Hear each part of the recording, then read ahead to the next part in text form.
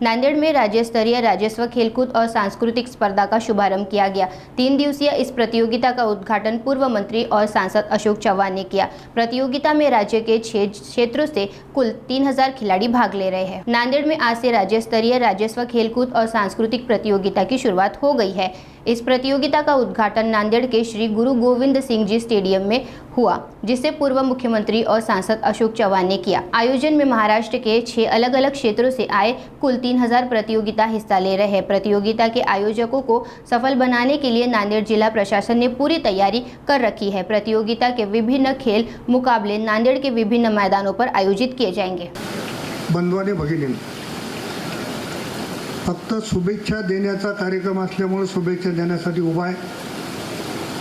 मी विभागीय आयुक्त गावडे साहेब यांचं मनापासून या ठिकाणी अभिनंदन करतो की राज्यस्तरीय स्पर्धेचा यजमानपद हे संभाजीनगर विभागाला आपण घेतलं आणि त्यातल्या त्यात आमच्या दोन्ही जिल्हाधिकाऱ्यांचं म्हणजे तत्कालीन आणि आत्ताच्या जिल्हाधिकाऱ्यांचं मी अभिनंदन करतो की छत्रपती संभाजीनगरला यजमानपद मिळाल्यावर त्यांनी ते नांदेडकडे घेतलं आणि राज्यस्तरीय स्पर्धा या ठिकाणी बघण्याचा नांदेडकरांना मान मिळवून दिला। त्याबद्दल आपलं मनापासून या ठिकाणी कौतुक करतो।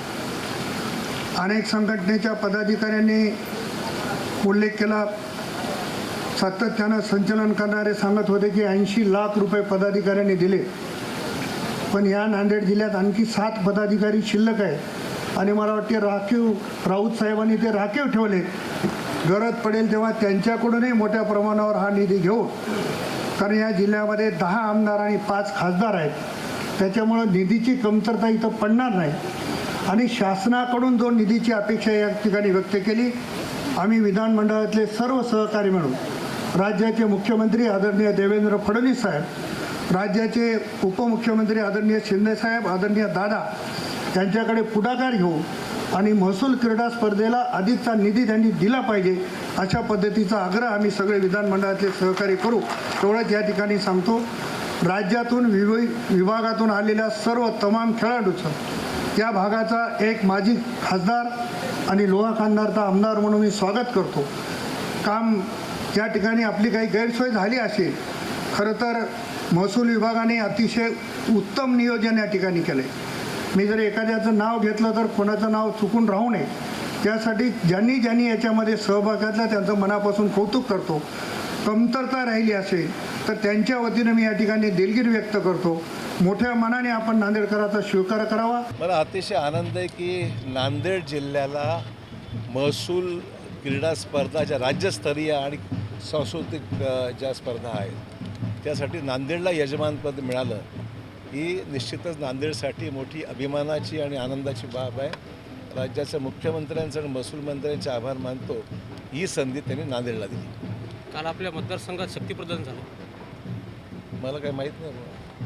आमदार म्हणाले की जर अजित पवार मुख्यमंत्री होणार असतील तर आपलं नाव न घेता आपण सुद्धा राष्ट्रवादीमध्ये या। माझं नाव जर घेतलं असतं कोणी तर मला बोलता आलं असतं, पण जिथे माझा उल्लेखच नसला तर कदाचित तो कोणाकरता आहे मला माहीत नाही। असंही म्हणाले की भोकर मतदारसंघामध्ये दहशत निर्माण करण्याचा प्रयत्न होतो। माहीत नाही, मला तर काय माझ्या ऐकण्यामध्ये अशी दहशत लोकशाही आहे, माझ्या ऐकण्यात अशा काही गोष्टी नाही आहेत आणि मी याचं दखलही घेत नाही अशा गोष्टी। प्रवेशामुळे राष्ट्रवादीची ताकद वाढली का?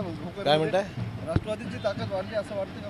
तसं काही दिसत तर नाही मला काय। साहेब, कृषी मंत्री माणिक कोकाटे यांना 2 वर्षाचा कारावास झाला आहे, सरकारने राजीनामा घेतला पाहिजे काय? असं आहे की कायदेशीर प्रक्रिया आहे, कायदेशीर प्रक्रिया जोपर्यंत त्याला अंतिम स्वरूप येत नाही किंवा अंतिम निर्णय होत नाही तर त्याबद्दल बोलणं उचित नाही, कारण त्याला पुढे अपील आहे, हायकोर्ट आहे, सुप्रीम कोर्ट आहे, कायदेशीर प्रक्रिया आहे। त्यामुळे प्रक्रिया ही असताना त्याच्यावर मत प्रदर्शित करणं उचित नाही। कंधारमध्ये आपण पक्षप्रवेश मोठा सोहळा घडून आणला होता, त्यानंतर राष्ट्रवादीचे आमदार चिखलीकर हे आता भोकर मतदारसंघात असं आहे की प्रत्येक मतदारसंघ राज्य सगळ्या पूर्ण राज्यभर सगळे राजकीय पक्ष आपापली ताकद वाढवण्याकरता प्रयत्न करत आहेत, त्यात गैर काय झालं।